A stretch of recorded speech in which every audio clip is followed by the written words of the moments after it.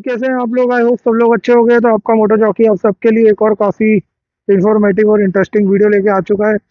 तो आज के वीडियो का We टॉपिक are है going to do something on Greenland, whether they like it or not. You know what their defense is? Two dog sleds. We need Greenland for national security. Greenland, Greenland, Greenland. Greenland, Greenland. Greenland. तो जैसा कि आपने देखा कि आज के video का topic Greenland है। तो ग्रीनलैंड जैसा एक बर्फ़ का टुकड़ा क्यों ग्लोबल जियोपॉलिटिकल डिस्कशन का हिस्सा बना है, क्यों अमेरिका उसको हथियाना चाहता है, क्यों अमेरिका उसके पीछे पड़ा हुआ है। आइए डीप डाइव करते हैं इन्हीं सारे सवालों में, और इनके सारे जवाब मैं ही आपको देता हूँ अभी while moto vlogging. And America क्यों ग्रीनलैंड को हथियाना चाह रहा है, ये अपने आप में काफ़ी ज़्यादा रोचक और काफ़ी ज़्यादा दिलचस्प सवाल है। ये सिर्फ ऑयल, मिनरल, नेचुरल गैस या फिर अमेरिकन सिक्योरिटी के लिए नहीं कर रहा है अमेरिका। अपार्ट फ्रॉम दैट और भी बहुत सारे रीजंस हैं जिस वजह से अमेरिका ग्रीनलैंड के पीछे पड़ा हुआ है। तो वो सारे इश्यूज मैं आपको बताता हूँ। मैं आपको थोड़ा सा ग्रीनलैंड के बारे में बताता हूँ कि ग्रीनलैंड एक्चुअल में है क्या चीज़। ग्रीनलैंड एक आइलैंड है, वो नॉर्थ पोल में बसा हुआ एक आइलैंड है जो कि 80% बर्फ से कवर्ड है।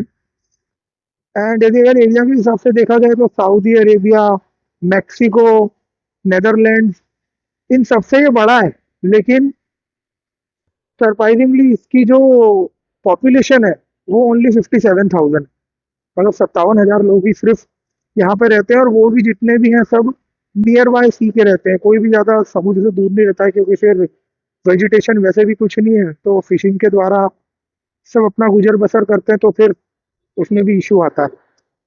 बहरहाल सब लोग रहते नियर बाय सी है। एंड है तो काफ़ी सुंदर जगह, लेकिन वैसे ही बंजर बिराना है, काफ़ी ज़्यादा खतरनाक वाला। टेम्परेचर की बात करें तो यहाँ पे जो टेम्परेचर रहता है वो -30 नॉर्मल है। एंड थोड़े से यदि अगर नॉर्दर्न रीजन्स में जाएंगे ग्रीनलैंड के, तो -50 भी वहाँ पे नॉर्मल है। समर किस चिड़िया का नाम है वो ग्रीनलैंड को पता नहीं, ऑल्दो समर का सीजन वहाँ पे आता है।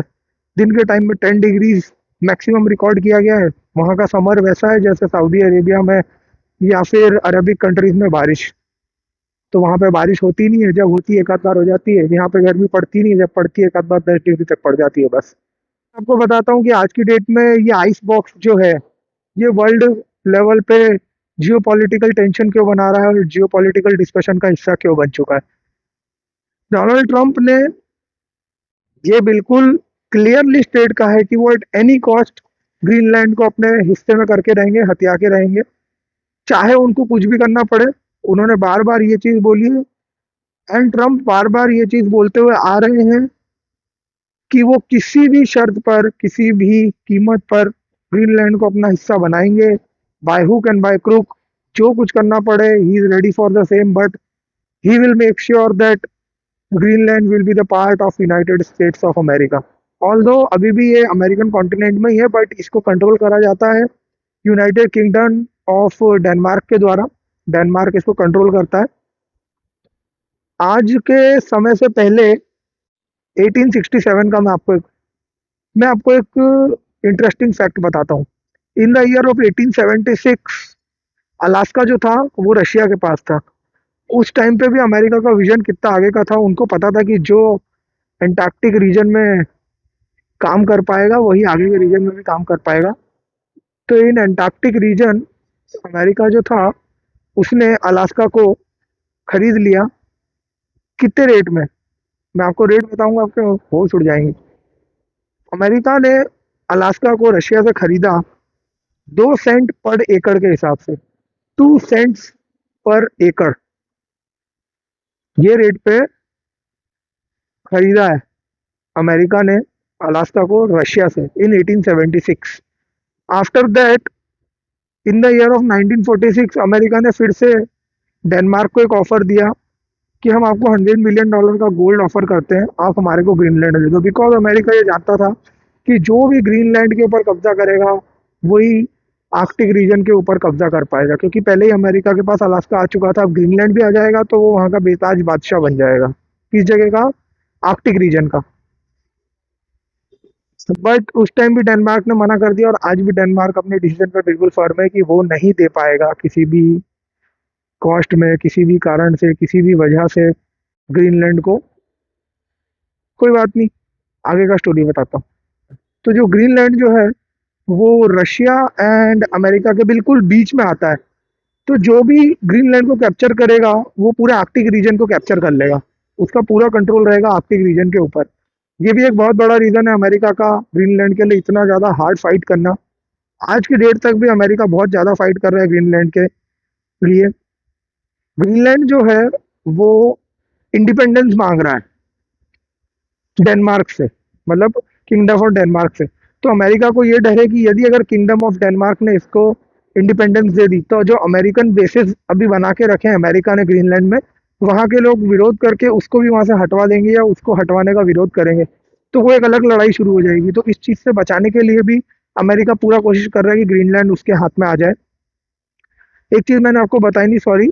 In the year of 1946 the 33rd prime minister of United states of America, जब उनसे डील हो रही थी या वो डील प्रपोज कर रहे थे अपना एक आइडिया $100 मिलियन वाला, उस टाइम पे उन्होंने ये चीज बताई थी कि यदि अगर अमेरिका चाहे तो अपने मिलिट्री बेसिस वहां पे बना सकता है। वो दे तो नहीं पाएंगे अमेरिका को ग्रीनलैंड, बट वहां पे मिलिट्री बेसिस के लिए उन्होंने वहां पे अलाउ कर दिया था। अभी की रियलिटी ये है कि अमेरिका जो है वो बोल रहा है कि ग्रीनलैंड हमें दे दो, बट सब लोग अमेरिका की रियलिटी जानते हैं। इसके पहले अमेरिका ने इराक, वेनेजुएला, लीबिया, वियतनाम, सब जगहों को कुछ ना कुछ बहाना देके कैप्चर करा ही है। अमेरिका भी सारे वही टेंट्रम्स यूज कर रहा है कैप्चर करने के लिए ग्रीनलैंड को, बट ग्रीनलैंड की जो अभी अथॉरिटी है डेनमार्क, वो बिल्कुल फर्म है कि हम नहीं दे पाएंगे, जो भी करते हुए ना कर लो, जितना फाइट करना है कर लो। एंड डोनाल्ड ट्रम्प भी अपने साइड से लगे हुए हैं कि by hook and by crook by any cost हम ग्रीनलैंड लेके ही रहेंगे। ग्रीनलैंड में रेयर अर्थ एलिमेंट का बहुत बड़ा भंडार है, बहुत बड़ा भंडार, मतलब वर्ल्ड का नंबर 6 लेवल का भंडार है। मेरे को समझ ही नहीं आता है अमेरिका हर बार उसी जगह को कैप्चर करता है या कैप्चर करने की मांग करता है जहाँ पे कोई ना कोई चीज का बहुत बड़ा रिजर्व या बहुत बड़ा भंडार। इसके पहले ऑयल का था, अब जिस जगह के लिए वो मांग कर रहा है वहां पे बहुत बड़े लेवल का रेयर अर्थ एलिमेंट का भंडार है। सबसे पहला रेयर अर्थ एलिमेंट है नियोडीमियम। तो नियोडीमियम जो चीज है वो electric cars and wind mill में काम आती है बनाने में। एंड उसके बाद है गैलियम, जो AI chips and radar system के मैन्युफैक्चरिंग के अंदर काम में आता है। देन उसके बाद है न्यूक्लियर एनर्जी को यूज में लाने के लिए यूरेनियम, जिससे न्यूक्लियर एनर्जी बनती है। एंड देन है सिलिकॉन, जो कि सेमीकंडक्टर्स एंड सोलर पैनल बनाने के काम में आता है। तो ये सारे रेयर अर्थ एलिमेंट का भंडार है Greenland, apart from oil as well. तो मतलब वहां पे ऑयल भी है, रेयर अर्थ एलिमेंट भी है, अमेरिकन सिक्योरिटी भी है।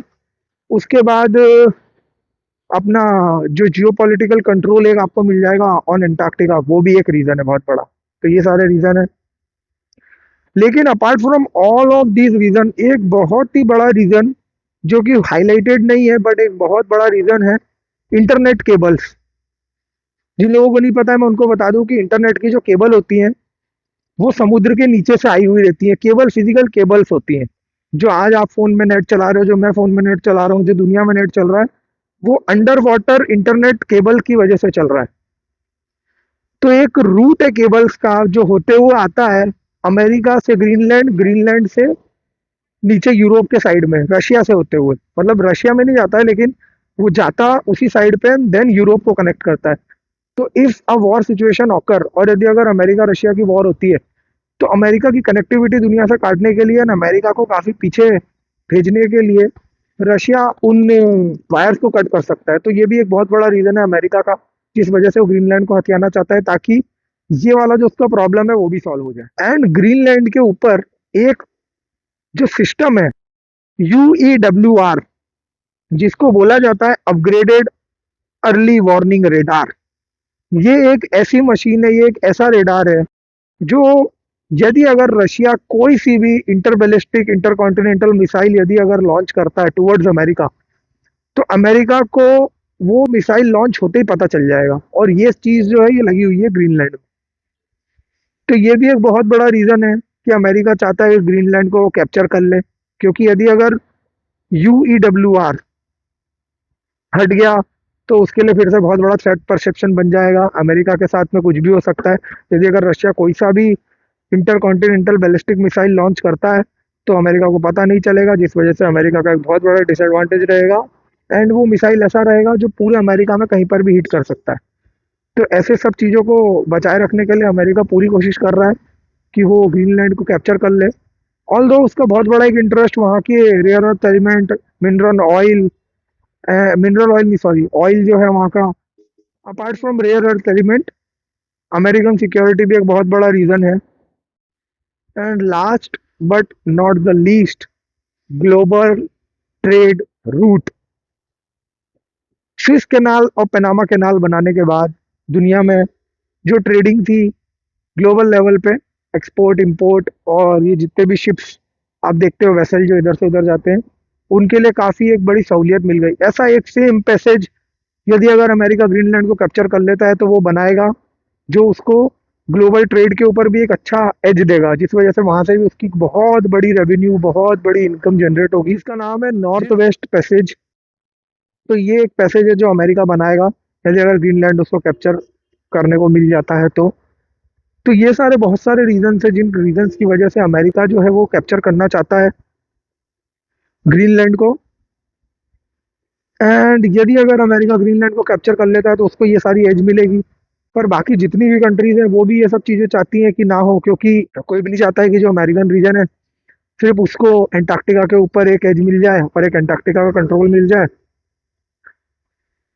But let's see, Donald Trump is trying at his level best. Venezuela भी कब्जा कर लिया है, लीबिया, वियतनाम, इराक, और न जाने कितने ऐसी कंट्रीज है जिनको डोनाल्ड ट्रंप एंड अमेरिका कब्जा चुके हैं।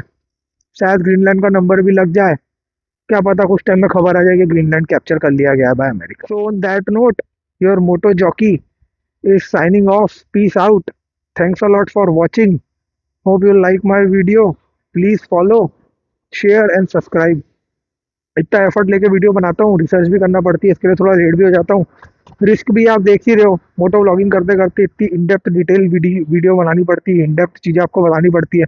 नॉट लाइक दूसरे मोटो व्लॉगर्स जो कुछ भी दिखाते हैं, गाड़ी की टक्कर हो गई, गाड़ी गिर गई, किसी का पल्लू फंस गया, कोई एक्सीडेंट हो गया, रोड रेज। मेरा वो कंटेंट क्रिएशन वाला टेस्ट है नहीं, और शायद मैं कभी वो ना दिखाऊं मेरे चैनल पे। I hope for that.